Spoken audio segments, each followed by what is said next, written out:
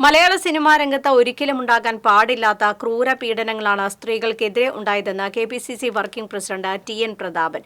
Hema committee റിപ്പോർട്ടിന്റെ അടിസ്ഥാനത്തിൽ ജില്ലാ കോൺഗ്രസ് കമ്മിറ്റി കളക്ടറേറ്റിന് മുന്നിൽ നടത്തിയ പ്രതിഷേധ കൂട്ടായ്മ ഉദ്ഘാടനം ചെയ്ത് സംസാരിക്കുകയായിരുന്നു അദ്ദേഹം. ആരോപണ വിധേയനായ മുകേഷ് എം.എൽ.എ സ്ഥാനം രാജിവെക്കണം. ഒരു നിമിഷം പോലും എം.എൽ.എ സ്ഥാനത്തിരിക്കാൻ യോഗ്യനല്ല. മന്ത്രി ഗണേഷ് കുമാറും രാജിവെക്കണം. ഹേമ കമ്മിറ്റി റിപ്പോർട്ട് കൂടാതെ കമ്മിറ്റിക്ക് മൊഴി നൽകിയ സിനിമാ നടിമാരുടെ മൊഴി കൂടി പുറത്തുവിടണം. യഥാർത്ഥ മൊഴി പുറത്തുവന്നാൽ പല വമ്പന്മാരും കുടുങ്ങും. തൃശൂരിൽ സിപിഎം ബിജെപിയും തമ്മിലുള്ള അന്തർധാരയുടെ ഭാഗമാണ് സിപിഎം എം.എൽ.എക്ക് വേണ്ടി ബിജെപിയുടെ മന്ത്രി വാദിക്കുന്നത്. തൃശൂരിൽ താമരയല്ല ചെമ്പരത്തിപ്പൂവാണ് വിരിഞ്ഞത്. മുകേഷിനെ ന്യായീകരിക്കുന്ന തൃശൂരിലെ ചെമ്പരത്തിപ്പൂവ് എന്തിനാണ് അസ്വസ്ഥനാകുന്നതെന്നും പ്രതാപൻ ചോദിച്ചു.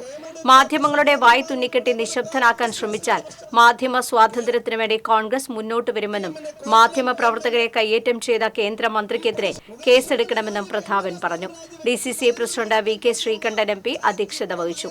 മുൻ DCC president Jose Vallur, M P. Vincent, Joseph Tajet, I P. Paul, Anil Akkara, T V. Chandramohan തുടങ്ങിയവർ പങ്കെടുത്തു.